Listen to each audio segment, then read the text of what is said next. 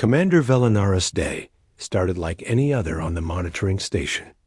The spider-like alien sat at her control panel, her 8 eyes scanning hundreds of screens. Space was mostly quiet in this sector. That was how she liked it. Then the alarm screamed. Velinara's legs moved fast across the console. Red lights flashed everywhere. A distress signal was coming through, and it was bad. Very bad. Her translator worked hard to process the message. It was being broadcast in 17 different languages at once. Please ... anyone. Help us ... The Krell have come ... mercy ... We need mercy. The voice belonged to a Lixian. Velinara knew their species well. They were peaceful bird-like creatures who never hurt anyone. They lived on Threshold Station, a trade post near the edge of Coalition space. 3,000 of them called that station home, and now the Krell were there. Velinara felt something cold run through her body. The Krell warband was the worst news possible. They were massive reptilian warriors who took what they wanted: slaves, resources, technology. They had been attacking colonies for months. The Coalition military tried to stop them, but the Krell always disappeared before help arrived. She checked the nearest military ship. 6 days away. The Lixians would all be dead or taken by then. Her claws tapped the console, thinking. There had to be someone closer. Anyone. She pulled up the sector map and searched for any vessel within range. Mining ships. Cargo haulers. Nothing with weapons. Nothing that could fight. Then she saw it. A small dot on her screen, just 4 hours from Threshold Station. The ship's registration made her pause. Her translator double-checked the words because she thought she read them. Wrong. Origin. Earth. Species. Human. Velinara stared at the screen. Humans. The Deathworlders. She had never met one, but every Coalition member knew about them. 20 years ago, a survey ship found Earth by accident.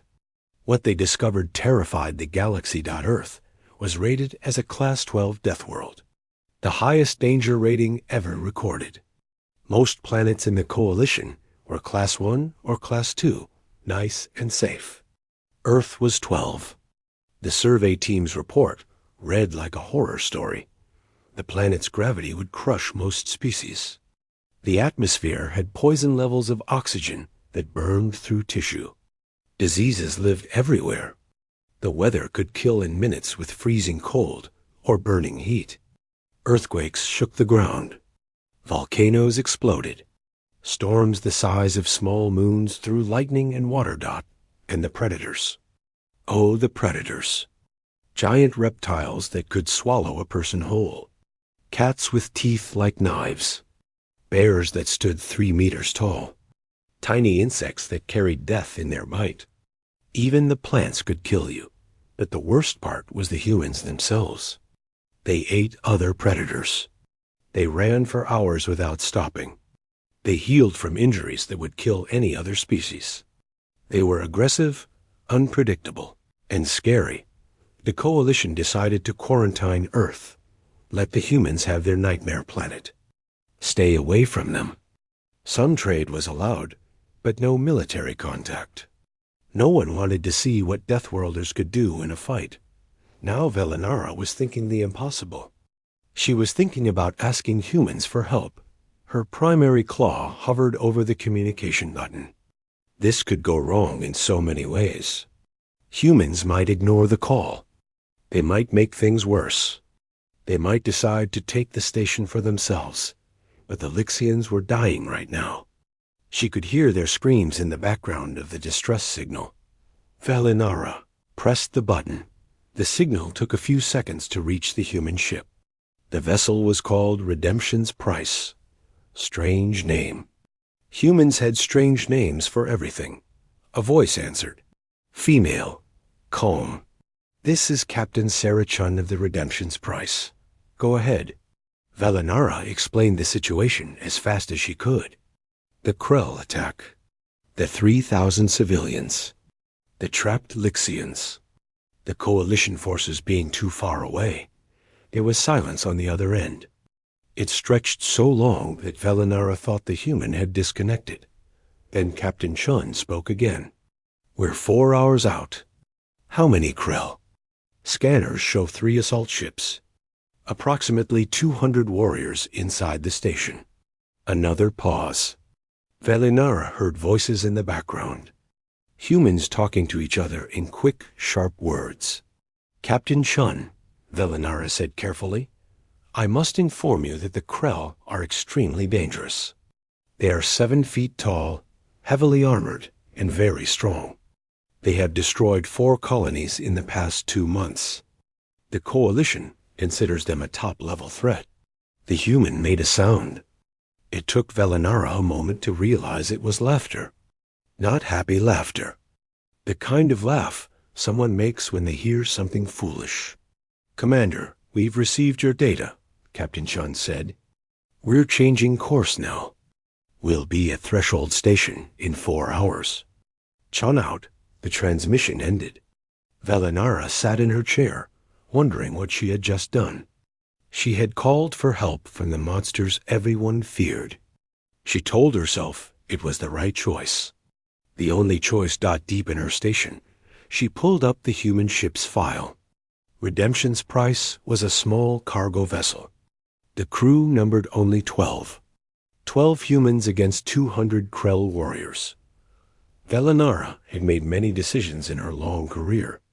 She had commanded stations and ships. She had negotiated treaties. She had saved lives and sometimes failed to save them. But this decision felt different.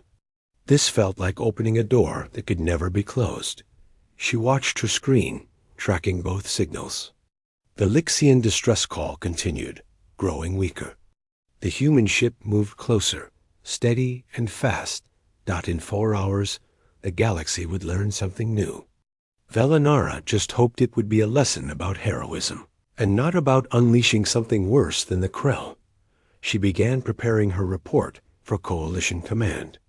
They would be angry that she contacted the humans. They would ask questions. They would want to know why she broke protocol. The answer was simple. The Lixians screamed for mercy. Someone had to answer. And right now, the only ones close enough to help were the Deathworlders. Velinara looked at her screen one more time. The human ship was moving fast, faster than it should be able to. Those engines were pushing hard. Someone on that ship was in a hurry. She allowed herself a small moment of hope. Maybe the humans would help. Maybe they were more than the monsters everyone feared. Or maybe the galaxy was about to learn why you never wake up the predators from the worst. Planet in known space. 4 hours until the answer. Sarah. Chun stood in the bridge of Redemption's price, watching the screens show Threshold Station growing larger. Next to her, Marcus Webb worked at the tactical station. His fingers moved fast across the controls, pulling up information. 3 Krell assault ships, Marcus said. They've locked onto the station like parasites. Thermal scans show about 200 heat signatures inside. Krell body temperature runs hot, so these readings are clear. Sarah nodded. She had fought many battles before joining the merchant fleet. The scars on her arms told those stories. She knew how to read a tactical situation. This one was bad. What about the Lixians? She asked. Marcus adjusted the scanners. Hard to tell. Their body temperature is lower, and there's a lot of interference. Best guess, maybe 2,000 still alive. The Krell have been there for 3 hours already. Sarah felt anger rise in her chest.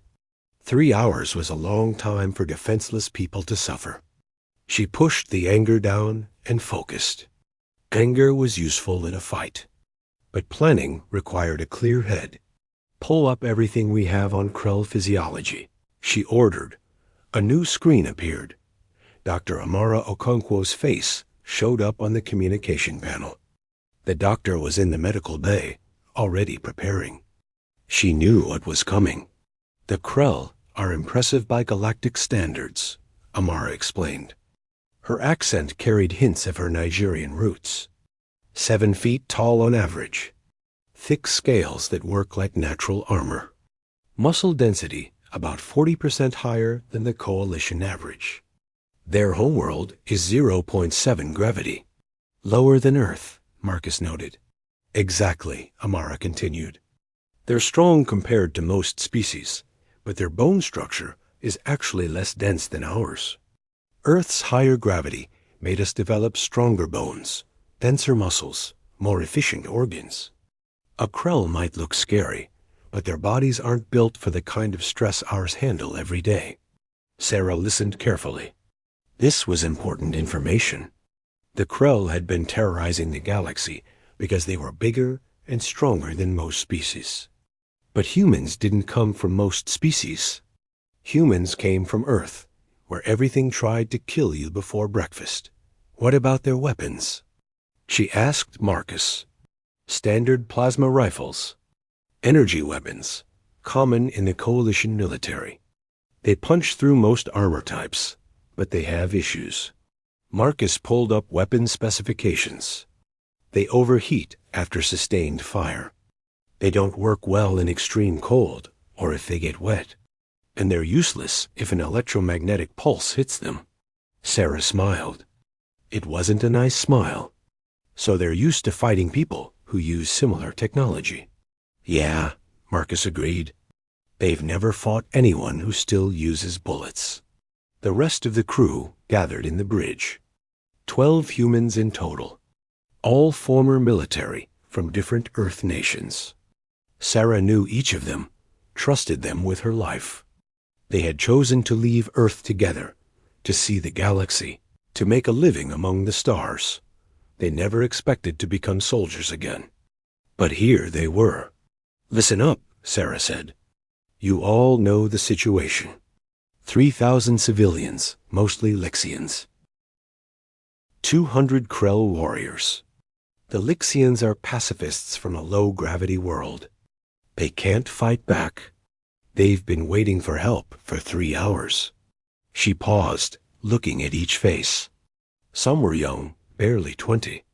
Others were older, with gray in their hair. All of them had the same expression. They were ready. The Krell think they're the big predators, Sarah continued. They're used to everyone being scared of them. They're used to winning because they're bigger and stronger than everyone else they've met. They haven't met us, said James Holland. Everyone called him Doc, even though he was a combat medic, not a doctor. He was a big man with dark skin and kind eyes that had seen too much war. Double quotes. No, they haven't, Sarah agreed. We're going in hard and fast. No stealth. I'm going to give them one chance to surrender. They won't take it. The Krell don't know fear. They're going to learn. The crew moved to the armory. Sarah watched them gear up with practiced efficiency. They didn't use the powered armor suits common in the galaxy. Those were too complicated, too dependent on technology that could fail. Instead, they wore simple ballistic plates. Heavy ceramic and steel that would make most aliens collapse under the weight. Humans wore it like second skin. The weapons came next. No plasma rifles or energy beams for them. Sarah's crew carried rifles and pistols that used gunpowder and bullets. Ancient technology by galactic standards. But bullets didn't care about electromagnetic pulses. They didn't overheat. They worked in vacuum, underwater, in extreme cold or heat. You could drop them in mud, and they still fired. Earth had learned a long time ago that simple technology was reliable technology. Doctor, what's the medical situation going to look like? Sarah asked through the comm. Amara's voice came back. The Lixians have fragile bone structure. They're going to have a lot of fractures, internal injuries. Their psychology is delicate too. This kind of trauma will affect them for years. I'm preparing for the worst. Sarah respected Amara's dedication. The doctor could have stayed on Earth, worked in safe hospitals, made good money. Instead, she was here, ready to help aliens most humans had never even heard of. That was the thing about her crew. They could have lived comfortable lives back home. They chose to be here instead. Redemption's price moved into position near Threshold Station. Sarah could see the Krell assault ships now, ugly angular vessels covered in weapons. They looked designed to intimidate. They probably worked on most species. Sarah opened a communication channel, broadcasting on all frequencies. Her voice was calm and clear. Krell Warband, this is Captain Sarah Chun of the Redemption's Price. You have attacked a civilian station and murdered innocent people. Release your captives immediately and surrender. This is your only warning.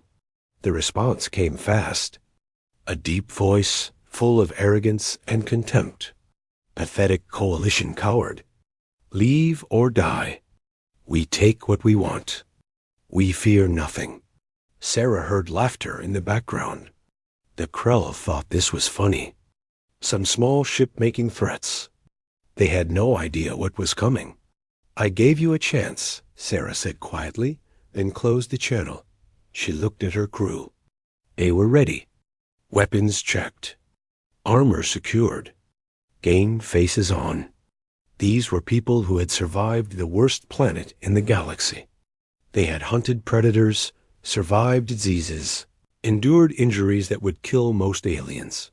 The Krell were about to learn a hard lesson. They weren't the apex predators anymore. Marcus, bring us in hard, Sarah ordered.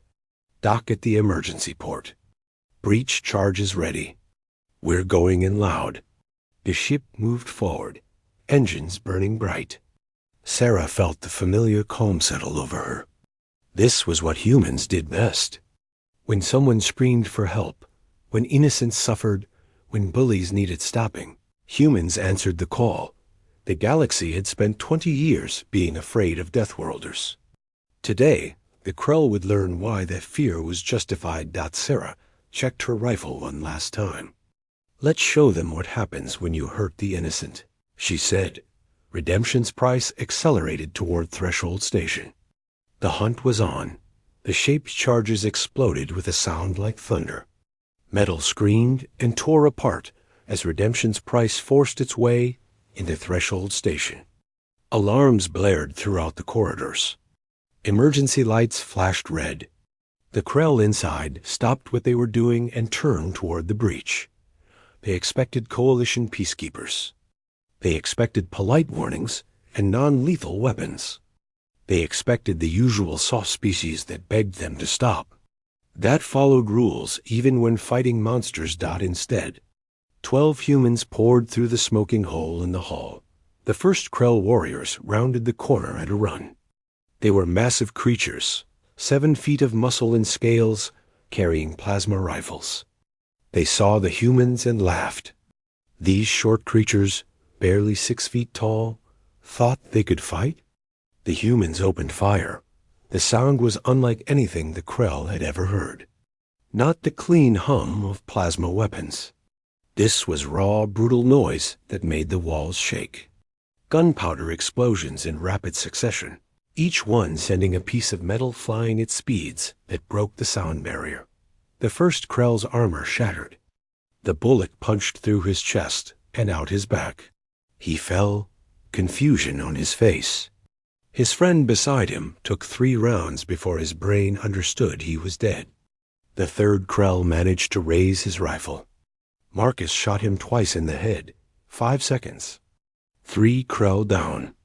The others fell back, screaming into their communicators. Sarah moved forward with her team, checking corners with practiced precision.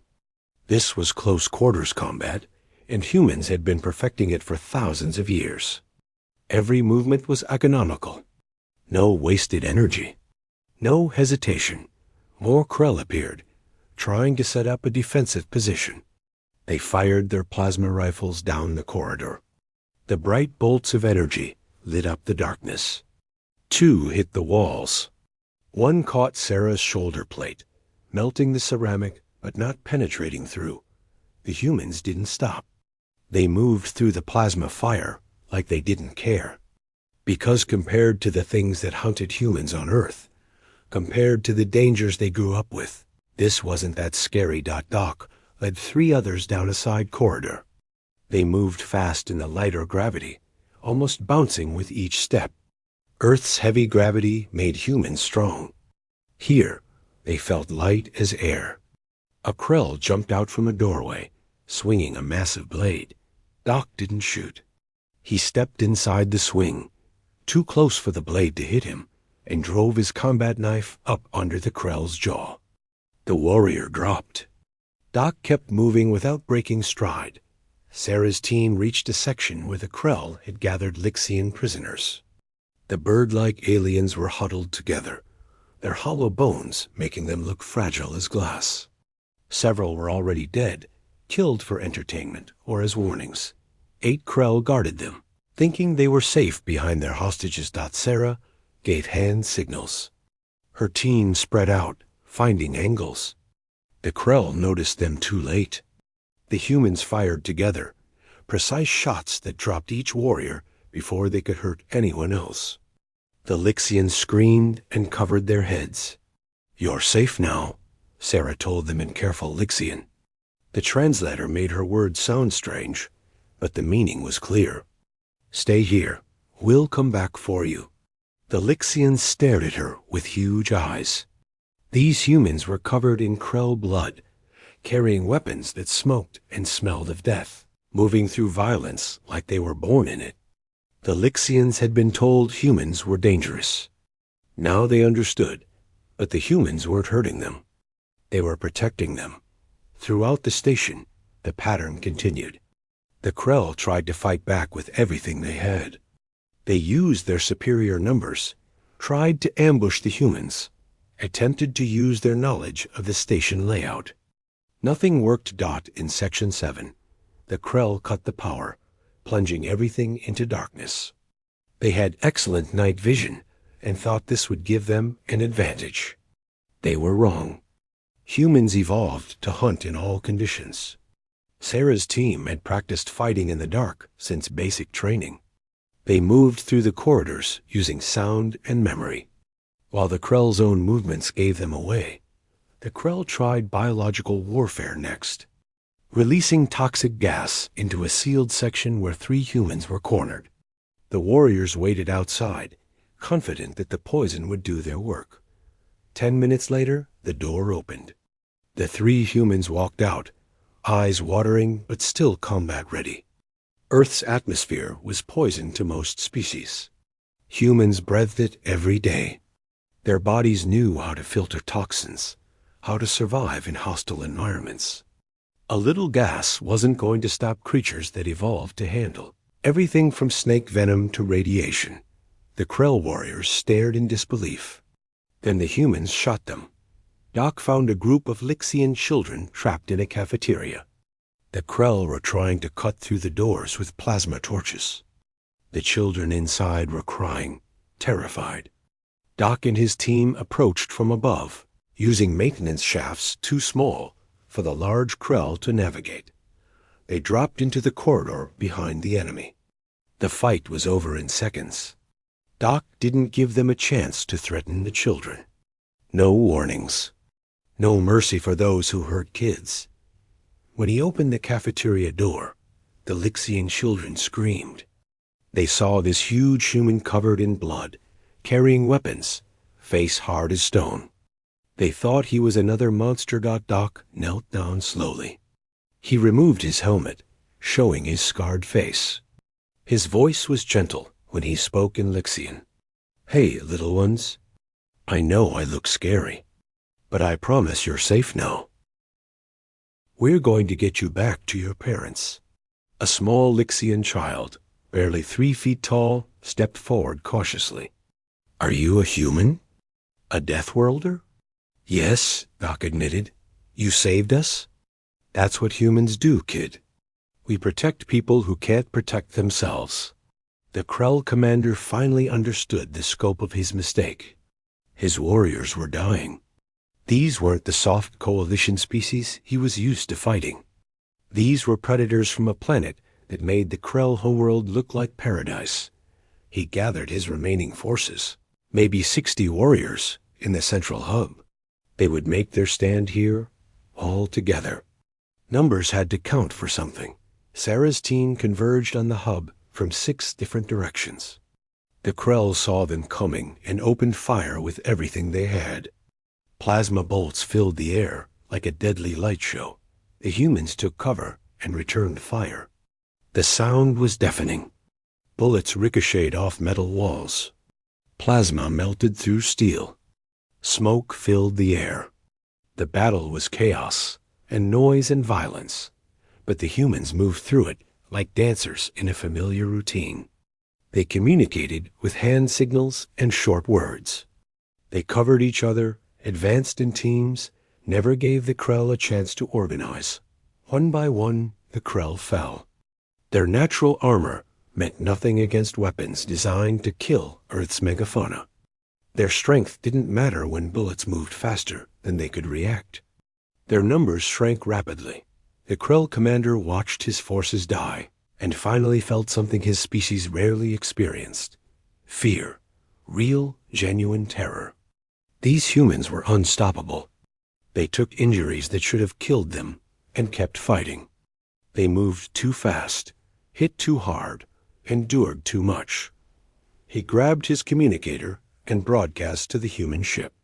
"We surrender. We yield. Please, mercy, mercy." Sarah heard the transmission. She looked at her team, saw the determination in their eyes. They remembered the dead Lixians, the murdered children, the civilians who had screamed for mercy and received none. Her voice was cold when she responded. "You didn't show mercy when they begged. You'll get exactly what you gave." But she held up her hand, stopping her team from advancing. "Krell warriors, drop your weapons and lie face down. Now, anyone still holding a weapon in 10 seconds dies." Weapons clattered to the floor. The surviving Krell, these proud warriors who had terrorized entire systems, lay down like obedient children, broken, defeated, afraid. 3 hours after the breach, Threshold Station was secure. 200 Krell had attacked. 157 were dead. 43 survived only because Sarah ordered her team to accept surrenders once the civilians were safe. The human casualties were 2 injuries. Marcus had a cracked rib from a plasma burn. One of the younger crew members had a concussion from fallen debris. Both refused to leave the station until every Lixian was accounted for. In the cafeteria, Doc sat with the Lixian children, telling them stories about Earth while they waited for their parents. The children were still scared, but they were alive. That was what mattered. Sarah walked through the corridors, seeing the results of the battle. It was brutal. Necessary, but brutal. She had been a soldier long enough to know that violence sometimes was the only answer to violence, but she also knew that what they did here would change things. The galaxy would hear about this. They would see what humans could do in a fight. Some would be grateful. Others would be more afraid than ever. The Deathworlders had answered the call for help. And heaven help anyone who made that call necessary. Commander Velinara arrived with coalition forces 6 hours after the humans secured Threshold Station. Her ship docked carefully, and she walked through the corridors with growing disbelief. She had seen battlefields before. She had witnessed the aftermath of Krell attacks. But this was different. The Krell bodies told a story of brutal efficiency. Clean shots. No wasted ammunition. Every kill was purposeful and quick. The humans hadn't played with their enemy or made them suffer. They had simply eliminated threats with the same efficiency someone might use to remove a virus. But what struck Velinara most was the other scene happening alongside the carnage. In the medical bay, Dr. Amara Okonkwo worked with tireless dedication. The human doctor moved between injured Lixians with gentle hands, administering medication, setting broken bones, speaking soft words of comfort. Velinara watched through the doorway. The same species that had torn through 200 Krell warriors was now humming a strange earth melody while bandaging a Lixian child's wing. The contrast was staggering. How is this possible? Velinara whispered to her second officer. I don't know, Commander. They're unlike anything we've encountered. In the cargo bay, the surviving Krell sat in shocked silence. 43 warriors, each one a veteran of dozens of raids, now looked like frightened children. Their scales had lost their luster. Their eyes were wide and empty. One of them was rocking back and forth, repeating the same words in his language. Valinara's translator picked it up. They don't stop. They just don't stop. We shot them, and they didn't stop. A coalition psychologist examined the prisoners and came to Valinara with his report. Commander, these warriors are traumatized. Severe psychological damage. They've suffered a complete breakdown of their worldview. Explain, Valinara said. The Krell culture is built on being the apex predator. They're the biggest, the strongest, the most feared. That's their entire identity. Now they've met something that hunted them like they were prey. Their minds can't process it. Valinara found Captain Sarah Chun in the station's command center. The human was studying damage reports, coordinating with coalition rescue teams, organizing the safe transfer of Lixian civilians. She looked tired. The armor she wore was scorched and dented in a dozen places. Captain Chun, Valinara said carefully. Sarah turned. Up close, the human was shorter than Valinara, but the commander felt an instinctive wariness anyway. This was a predator. Every movement, every glance, every breath spoke of controlled danger. Commander Valinara, your forces have good timing. We've secured the station, but we need help transporting the civilians to safety. Yes, of course. We'll handle that immediately. Valinara paused. Captain, you did this with 12 people. 12 humans against 200 Krell. Sarah shrugged, and the gesture looked strange in her heavy armor. We did what needed doing. Will there be legal consequences? We technically violated coalition law by intervening in a sovereign space matter. Valinara's mandibles clicked in what might have been laughter. Consequences? Captain, you saved 3,000 lives. You neutralized a threat that has been plaguing coalition space for months. She struggled for words. You terrified every government from here to the core worlds. But no, there won't be consequences. Not the kind you're worried about. The truth of that statement became clear over the following days. Coalition analysts reviewed the security footage from Threshold Station. The recordings were played in military academies, government chambers, and intelligence briefings across 100 worlds. One analyst, a crystalline being named Trath, watched the same footage 17 times. Each viewing made him more disturbed. He prepared a report for Coalition Command that would change galactic policy forever. The humans don't just fight better, he wrote. They fight in a way that suggests their entire evolution was shaped by constant warfare. They take injuries that should incapacitate them and continue operating.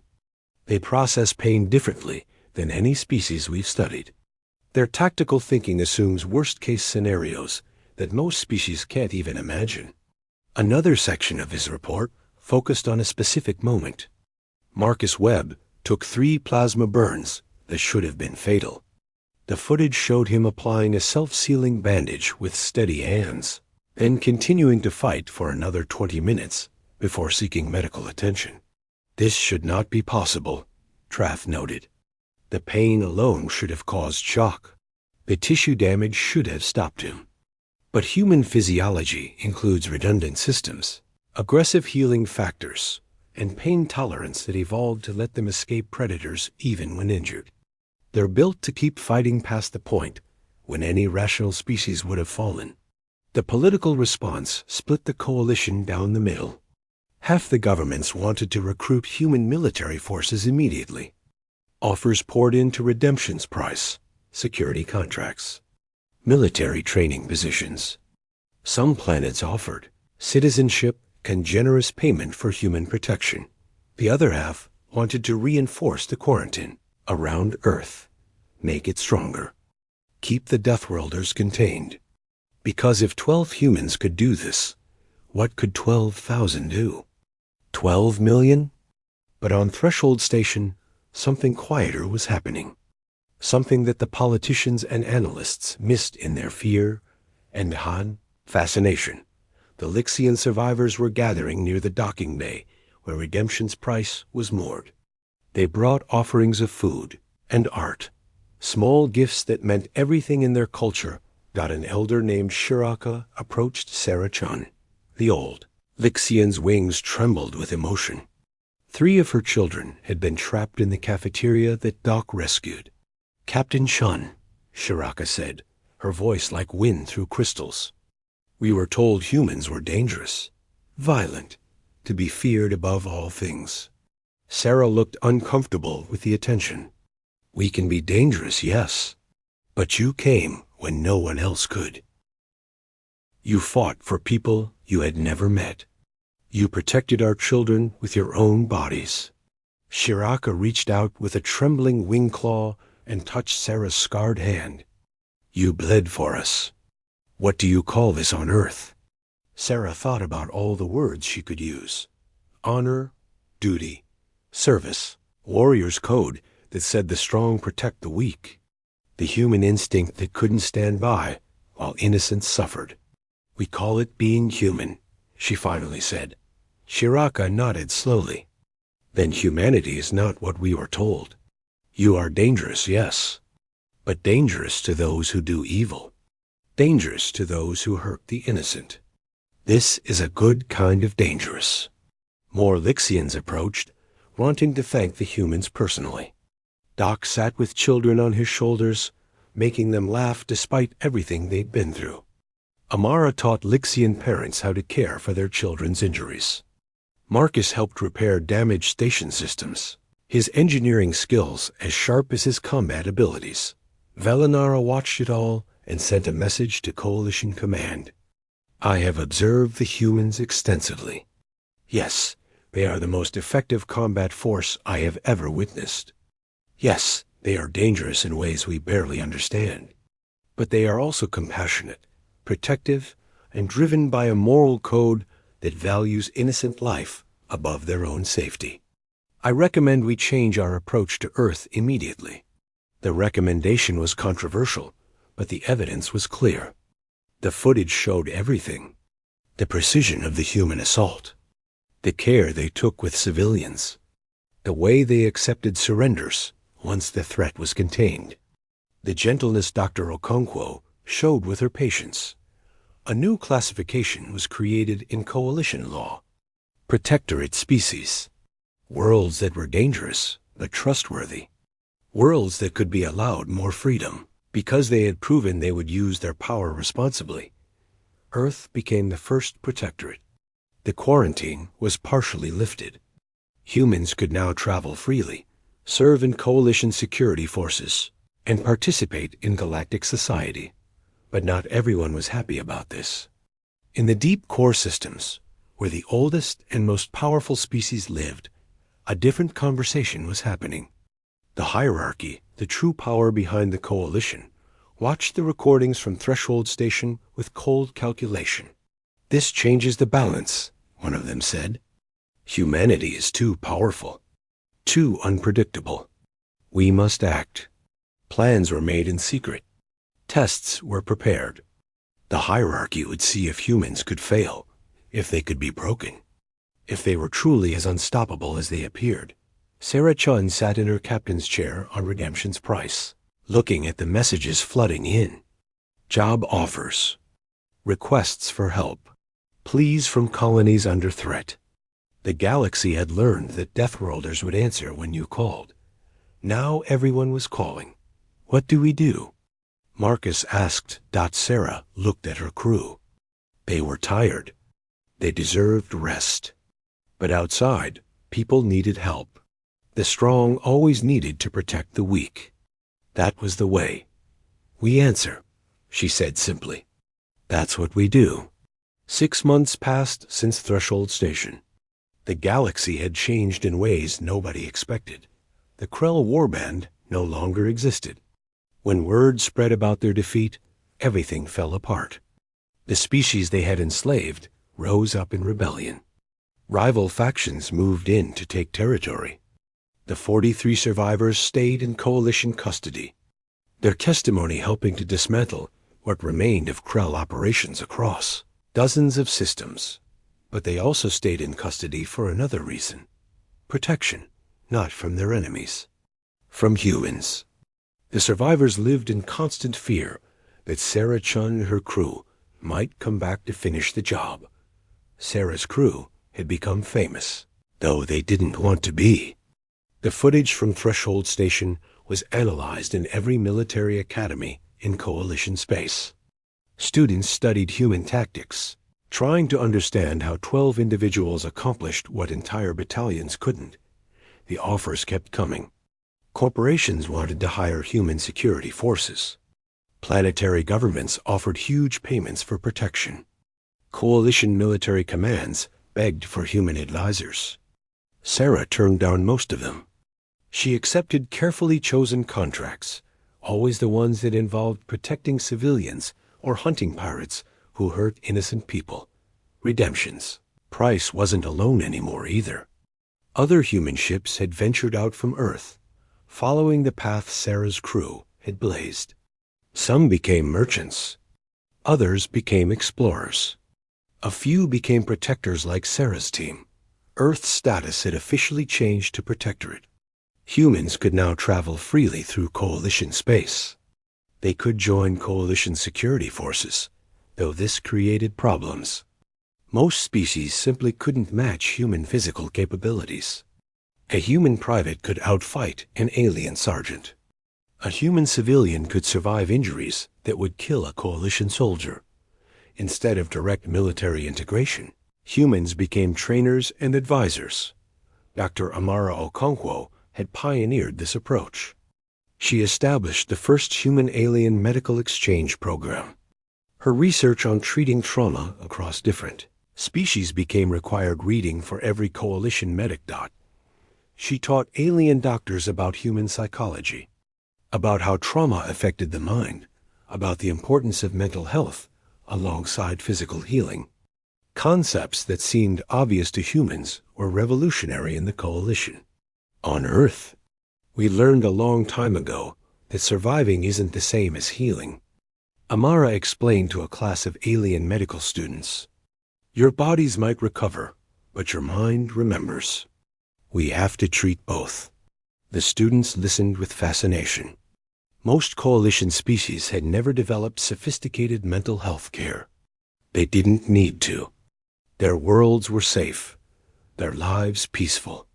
They hadn't spent millions of years dealing with trauma and loss the way humans had. But not everyone welcomed the changes. The hierarchy, the oldest and most powerful group in the galaxy, watched humanity's rise with concern. These ancient species had dominated galactic politics for thousands of years. They controlled trade routes, influenced elections, and decided which species got access to advanced technology. Humans threatened that control, not because they wanted power, but because they couldn't be controlled. You couldn't intimidate a species from a death world.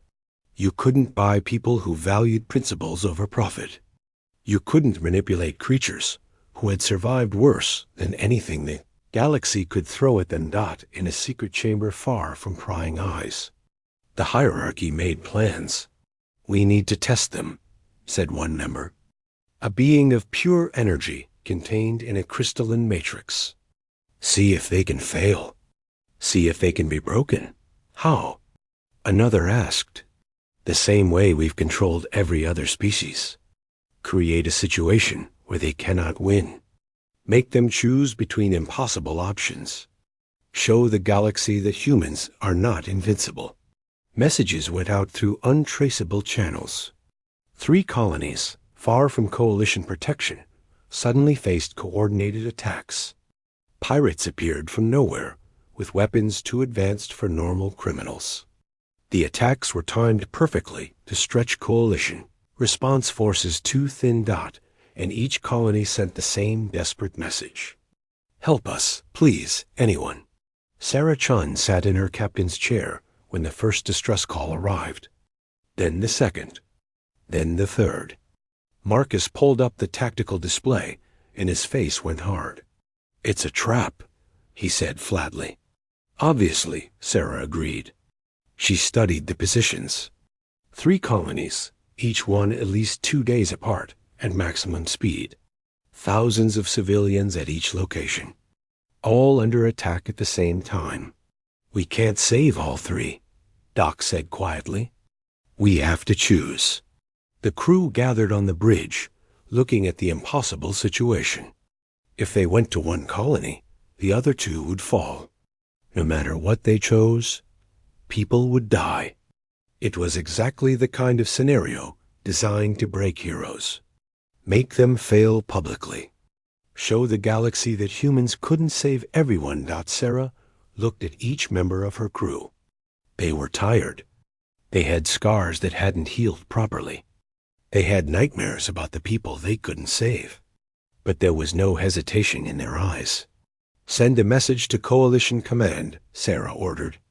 Tell them about all 3 attacks. Tell them we're responding, but we need other human ships in the sector to help. The communications officer nodded and got to work. Within an hour, responses came back. 3 other human vessels were within range. Not military ships, just merchants and explorers who heard the call and changed course immediately. The wandering star is closest to the mining colony, Marcus reported. The New Dawn can reach the agricultural settlement. We'll take the refugee station. It wasn't perfect. The other human ships weren't combat vessels. They had smaller crews, fewer weapons. But they were human. They would find a way. Sarah opened a channel to all 3 ships. Faces appeared on her screen, captains from different backgrounds, but with the same determined expression. You know this is a setup, she told them. Someone wants to see us fail. They want us to choose who lives and who dies. Then we'll disappoint them, said Captain Rodriguez of the Wandering Star. We'll save everyone. Damn right we will, agreed Captain Nakamura of the New Dawn. That's what humans do. The third captain, a young woman named Park, just nodded. Give us the tactical data. We'll make it work. Sarah felt pride surge through her chest. This was humanity at its best. When faced with impossible odds, they didn't give up. They found a way. They worked together. They saved people even when it seemed impossible. Redemption's price jumped to faster-than-light travel, racing toward the refugee station. Sarah gathered her crew and laid out the plan. It would be risky. The enemy had more forces, better positions, probably traps waiting. We've been in tight spots before, Doc reminded everyone. We always find a way through. This is different, Sarah said honestly. Whoever set this up knows about Threshold Station. They know what we can do. They'll be ready for us. So we'll be ready for them, Marcus countered. Let them prepare. Let them plan. They're still not from Earth. They still don't understand what that means. The sentiment spread through the crew. Yes, this was dangerous. Yes, people might die. But giving up meant letting innocents suffer. That wasn't acceptable. That wasn't human. Redemption's price dropped out of FTL near the refugee station. The scene was bad. 2 attack ships had the station surrounded. Weapons fire lit up space. Parts of the station were already damaged, atmosphere leaking into the void. Scan shows about 50 hostiles on the station, Marcus reported. Unknown species, well armed. They're executing civilians in the main plaza. Sarah felt cold rage settle into her bones. Then we stopped them. All teams, prepare for combat insertion. Let's show these bastards why you don't mess with human protected space. As the crew geared up, Sarah recorded a message. Not for the enemy. Not for the coalition. For Earth Command. For the people back home who wondered what their explorers were doing out in the galaxy. This is Captain Sarah Chun of the Redemption's Price. 6 months ago, we responded to a distress call from Threshold Station. We saved 3,000 civilians and became heroes to some, monsters to others. Today, someone tried to trap us. They attacked 3 colonies at once, thinking we'd have to choose who to save. They wanted us to fail. They wanted to prove that humanity isn't special. She paused, checking her rifle one more time. They were wrong. We called for help, and other humans answered. Right now, across 3 star systems, human crews are fighting to protect people they've never met. We're not doing this for glory or payment. We're doing it because it's right. Because when someone screams for help, humans answer. That's what we've always done. That's what we'll always do.